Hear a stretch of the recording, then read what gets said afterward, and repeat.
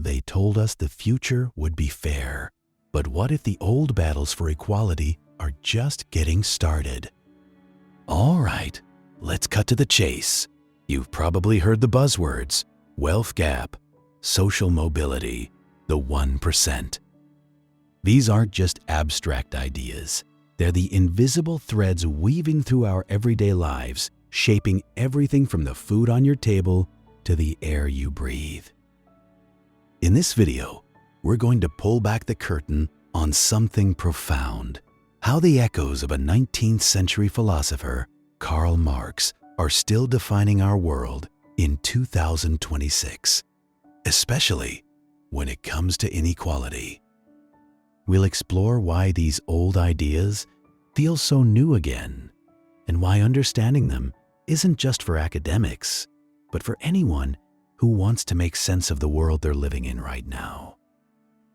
What if the systems we've built are designed to deepen the very divides we claim to despise? Let's be honest. For a long time, Marx was a name whispered in university halls, often dismissed as outdated, a relic of a failed ideology.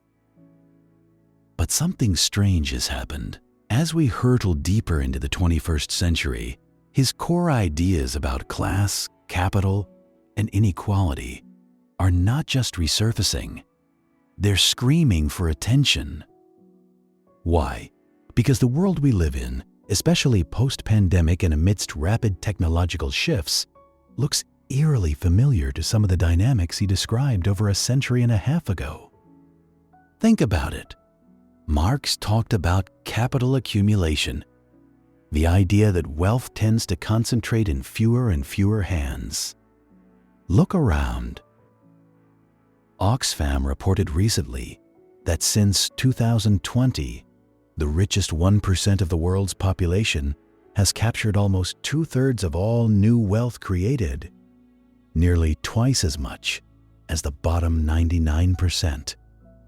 That's a staggering figure, not just a statistic in some dusty economic report. It's the reality for billions. This isn't just about someone having a bigger house. It's about control, influence, and the very fabric of society. He also spoke about the means of production. In his day, that meant factories, land, and tools. Today, what are the means of production? They're data, algorithms, artificial intelligence, and massive digital platforms. And who owns these? A select few tech giants and their founders. The power dynamic shifts, but the underlying principle, who controls the resources that generate wealth, remains startlingly similar. We're talking about companies that, in some cases, wield more economic and political power than entire nations.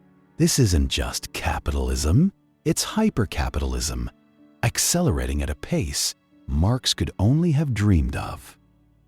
Now, let's get specific about how this inequality manifests in our 2026 reality. It's not just about billionaires on yachts, though. That's part of it. It's about everyday life for millions. Take the cost of living crisis, for example.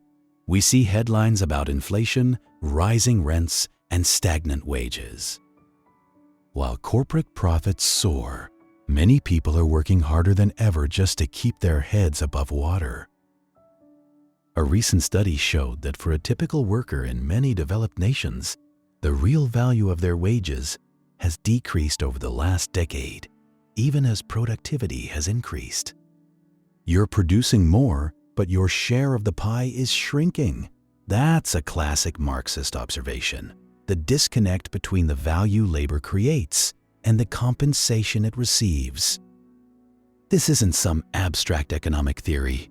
It's why food banks are seeing unprecedented demand, why dreams of home ownership feel like fantasies for many young people, and why every trip to the grocery store feels like a punch to the gut. Then there's the digital divide: access to high-speed internet, powerful computers, and digital literacy isn't a luxury anymore. It's a fundamental requirement for education, employment, and civic participation. Yet, millions, both in developed and developing nations, are still on the wrong side of this divide. Imagine being a student in 2000-2006 without reliable internet for online classes, or a job seeker without the digital skills needed for almost any modern profession. This isn't just about convenience. It's about being locked out of opportunities, reinforcing existing inequalities, and creating new ones. The information age, which promised to democratize knowledge, has in some ways created new gatekeepers and new barriers to entry. And what about healthcare? The pandemic laid bare the stark inequalities in access to quality care. While some had immediate access to vaccines and treatments, others in less affluent communities or nations were left scrambling. Even in wealthy countries, the postcode lottery of healthcare quality or the burden of medical debt tells a story of a system where health is often tied to wealth. When illness can bankrupt a family or prevent a child from getting the education they deserve, it's not just a personal tragedy. It's a systemic failure. So why is this happening? It's not just bad luck or individual choices. Many of the forces driving inequality are structural, built into the very design of our economies and societies. One major culprit is globalization, but not just any globalization. It's a specific kind that has prioritized capital mobility over labor rights. Companies can easily shift production to lower wage, less regulated locations, creating a race to the bottom that suppresses wages in many countries. While this has brought some benefits, like cheaper goods, it has also hollowed out manufacturing communities and put immense pressure on workers, making them feel disposable. Then there's automation and artificial intelligence. These technologies promise incredible efficiency and progress, but they also threaten to displace millions of jobs. Historically, technological revolutions have created new jobs to replace old ones, but this time, the pace and nature of the change are different. Will the new jobs require skills that are accessible to everyone, or will they deepen the divide between a highly skilled, highly paid elite and a vast pool of underemployed or marginalized workers? This isn't a dystopian fantasy. It's a very real challenge we're facing right now, with economists debating whether we're on the cusp of an AI winter for human labor. And let's not forget policy choices: tax cuts for the wealthy, deregulation of financial markets, weakening of unions. These aren't neutral decisions.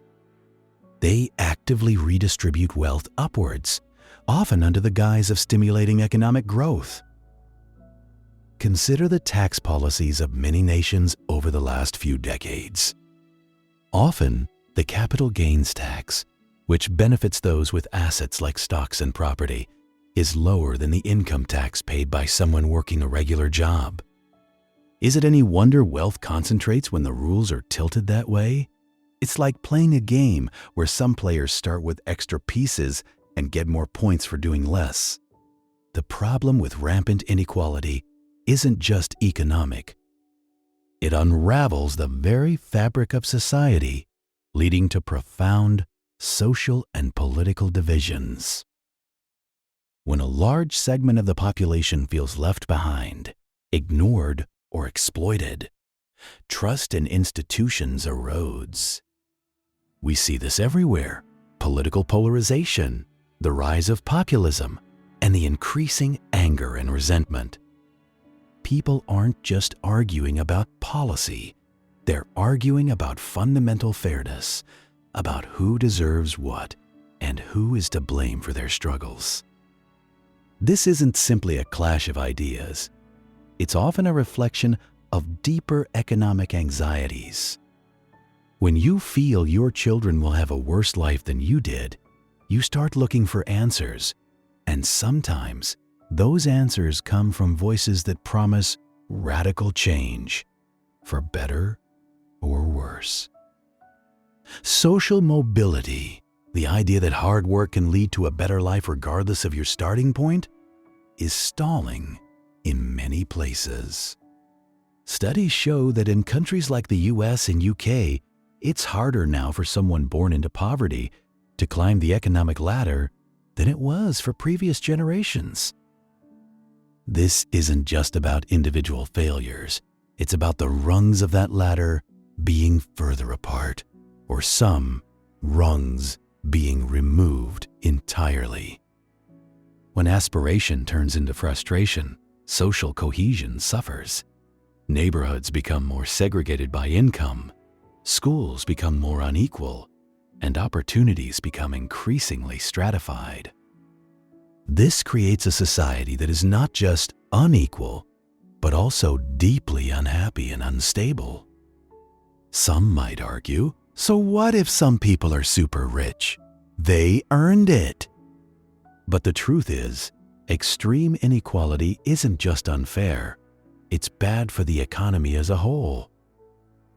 It's like a body with a supersized heart and atrophied limbs. It simply can't function effectively. Think about consumer demand.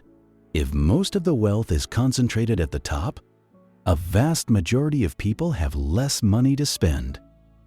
This stifles demand for goods and services, which in turn hurts businesses, leading to less investment, fewer jobs, and slower economic growth. It's a vicious cycle. The rich can only buy so many luxury cars. The economy truly hums when millions of ordinary people have disposable income to spend on everyday necessities and occasional treats. Innovation also suffers. When talent is trapped by circumstance, when brilliant minds can't afford an education or are bogged down by poverty, society loses out on their potential contributions. How many potential scientists, artists, or entrepreneurs are stuck in low-wage jobs, unable to pursue their passions or develop their talents, all because of the economic lottery of their birth? Inequality squanders human potential on a massive scale. And then there's financial instability. Historically, periods of extreme wealth concentration have often preceded economic crashes. Why? Because the very rich tend to invest in speculative assets that create bubbles, while the majority struggle with debt. This kind of financialization, where profit is made from money itself rather than from productive activity, makes economies brittle and vulnerable.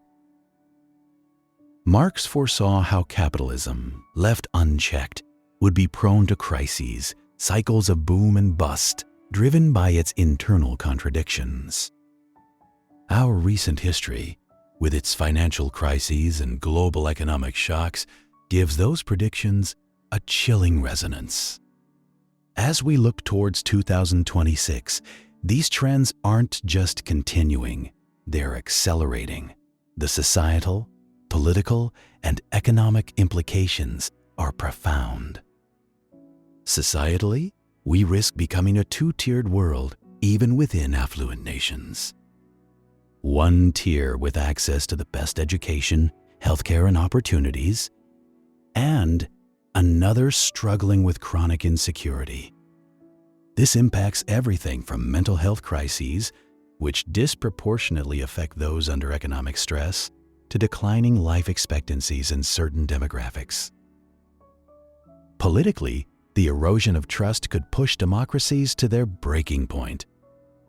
When people feel that the system is rigged against them, they look for alternatives, and not all of them are democratic. This could lead to further political instability, increased social unrest, and a deeper fracturing of consensus on common goals. The ability of governments to make long-term decisions for the common good becomes severely hampered when every policy proposal is seen through the lens of class warfare. Economically, we could face a future in which growth is permanently subdued, automation leads to mass unemployment, and a tiny elite controls vast swathes of resources, leaving little for the rest. This isn't just about jobs. It's about the dignity of work, the purpose people derive from contributing, and the security that allows families to plan for the future. Globally, the divide between rich and poor nations continues to widen, exacerbating issues like climate change and migration. Wealthy nations have contributed most to climate change, but poorer nations bear the brunt of its impact, lacking the resources to adapt. This creates new forms of inequality, new sources of conflict, and a global system that is inherently unstable. So, what does Marx offer us in 2026? Not a blueprint for a perfect society. His solutions have been widely critiqued and often led to authoritarian regimes. But his diagnosis of capitalism's inherent contradictions, its tendency towards inequality and crisis, remains strikingly relevant. He forces us to ask uncomfortable questions. Who truly benefits from our economic system? Who bears the costs? And are we building a future that works for everyone or just for a privileged few? The challenge isn't to become Marxists, but to engage with his critical lens. To understand that inequality isn't a natural byproduct of progress, but often a result of deliberate choices, systemic structures, and power dynamics that can be changed. It's about recognizing that our current trajectory is unsustainable, not just for the poor, but for the stability and well-being of society as a whole. The story of inequality in 2026 isn't just an economic tale, it's a human one. It's about opportunity, dignity, and the future we're building, brick by painful brick. Ignoring the ghost of Marx in our machine means ignoring the very real struggles faced by millions. It's a call to look beyond the headlines, beyond the simplistic narratives, and to really understand the forces at play. If you found this exploration thought-provoking, you'll definitely want to check out our next video.